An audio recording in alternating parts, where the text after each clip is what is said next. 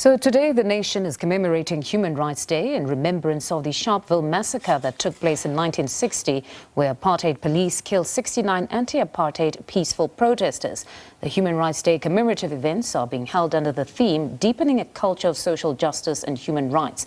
Joining us to unpack this day is Professor Saths Cooper. Good afternoon, Professor. Thank you very much for joining us on the program.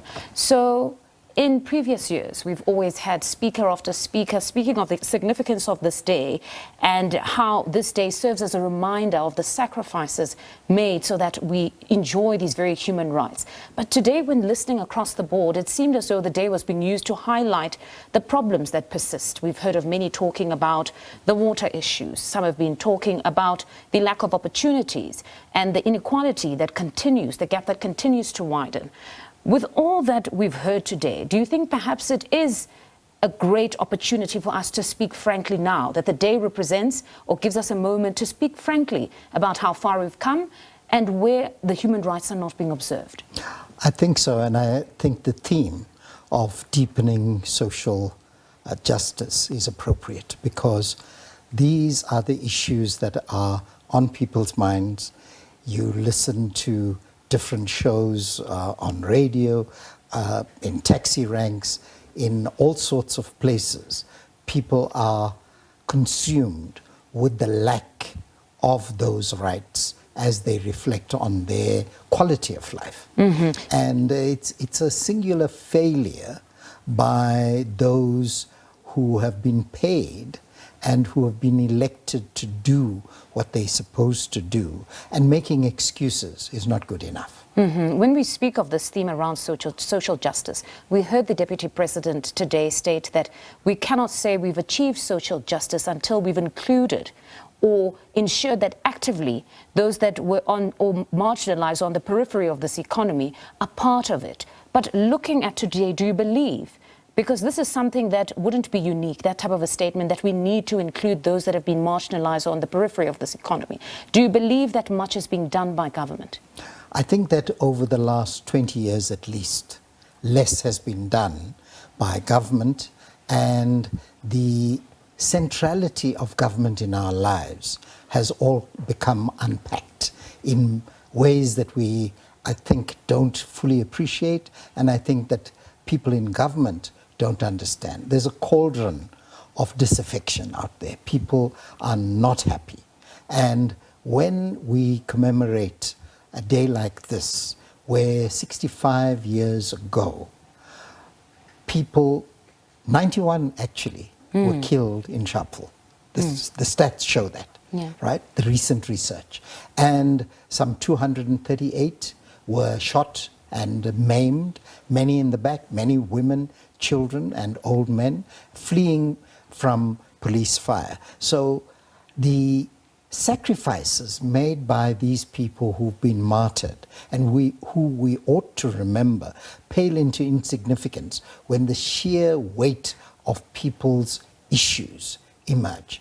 And let's look at the simple statistics. The simple statistics tell us that 74.5% of youth are completely out of the system. Now that should shock us because at least 60-something% of those in our country are under 30 years of age. So the numbers conjoin and become the same when you start looking at poverty, at exclusion from the economy, and not benefiting from this democracy through those human rights, which we can brate about all the time. But if people don't experience that in their day-to-day and evening lives, then it means that we've got a wake-up call. Mm-hmm. And what of government constantly saying that we spend too much time criticizing, but if we actually contextualize that it has been 31 years of this democracy, that some of these issues were institutionalized, that it's become so difficult to correct all the wrongs in just 31 years? Yeah. Well, look, we basically have changed the apartheid system where minority was controlling everything and geared at a minority for a majority public service and government in a greater degree in all our lives, from local level, where we have full-time politicians, at provincial level, at national level. We're paying for politics when some of that could go to re-looking how we shape our society. I believe we are wasting money on processes that actually show no benefit, institutions that are there, Chapter 9 institutions, for instance, make findings all the time. They get ignored routinely by local, provincial, and national government. So if your government doesn't adhere to these prescripts in democracy, what does it say to us? And people are really tired of excuses, and I think something needs to change dramatically, because people protested in Sharpeville, in Langa, in other places on this day in 1960 against the horrendous pass laws. But the effect of that on our population has not really been looked at, because we still have apartheid ghettos. We still talk of township when it comes to black satellite labor reservoirs, and the rest are suburbs, you see. We still look at the majority of our people as second-class citizens, and we don't care. Those of us in power, in positions of influence, just take for granted. It's almost as if black people don't suffer. When you cut them, they don't bleed. They have no emotion. That mentality needs to stop. We need to recognize that 31 years later, our people are getting the raw end of the stick, and someone up there needs to change how they're doing business. And remember, we come to this on the back of a budget for the first time in the history of this country, actually being rejected, because it preys on the poor, those few who draw this budget up and who are in positions of power in Treasury and a few other select spaces, will proliferate in our financial services institutions. And they are afraid to tax the wealthy who control this economy in a greater measure, and who've alienated the money that they get from this country. Look at the number of companies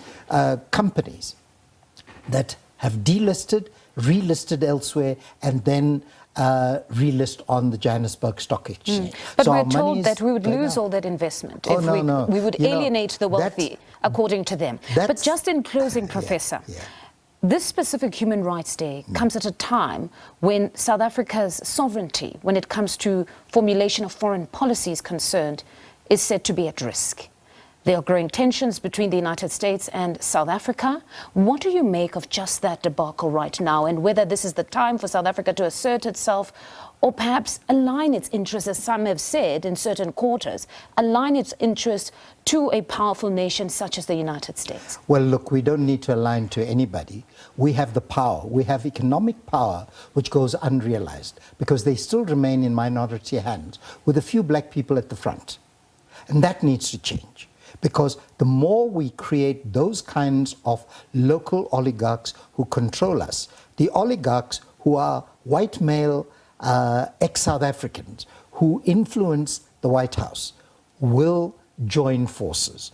The more certain interest groups who are minority in this country will take advantage of the lack of clear leadership, where we say, like some of our countries, Malawi, for instance, earlier this year, stopped all export of its minerals. This country is still the richest in terms of minerals, all kinds of minerals and raw materials on the continent. And we don't segue off that in terms of power. Why? Because many of our influential black leaders are compromised by what they've become the black faces of in terms of white minority capital. And if that changes, if we get that in our heads, we will change the dynamics in the society. We seem to be afraid of taxing the wealthy when they are taking the money out of this country, the benefit of democracy lie with them. If you look at the latest stats, it tells you that a huge percentage of the wealth is controlled by that group, with a few of us as window dressing. A very insightful conversation. I wish we had more time, Professor. Thank you very much, as always, for joining us. That is Professor Saths Cooper there, just speaking to us as we continue to unpack and speak frankly on what Human Rights Day means today.